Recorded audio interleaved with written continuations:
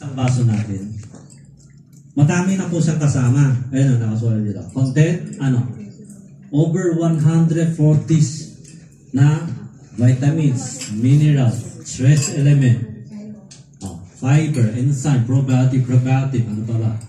Phytochemicals, halos lahat nandyan na. Kompleto and balance.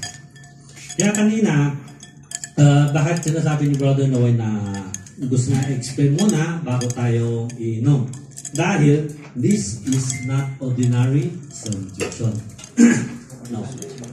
Siya ay very unique dahil once we take it, papasok na po yun sa katawan natin mabilis. Why? Dahil sa mutual salt absorption system. Unlike dun sa ordinary food, pagkakain, when we eat, dadaan po sa tiyan magda-digest pa yan. Ito hindi. Simula sa bibig pa lang, pumapasok na po sa katawan natin. Pumapasok na po sa dugo natin. Pumapasok na po sa vessel. Yun. Kaya, mabilis po yung absorption. So, after na-absorb, ang next is, yun, bakit na-mention kanina? Baka yung iba will feel itchy, yung iba feel nila ng mainit, o ibang-ibang feeling. Hindi po siya side effect. Makikita natin ibang-ibang tao, ibang-ibang reaction. Why? Dahil pumapasok po ito sa katawan natin. And then, hahanapin niya kung saan po ang pinakamahinang parte ng katawan natin. Take note of that, pinakamahinang parte ng katawan natin. So, yung sa akin, ang pinakamahina, yung bulsa ko.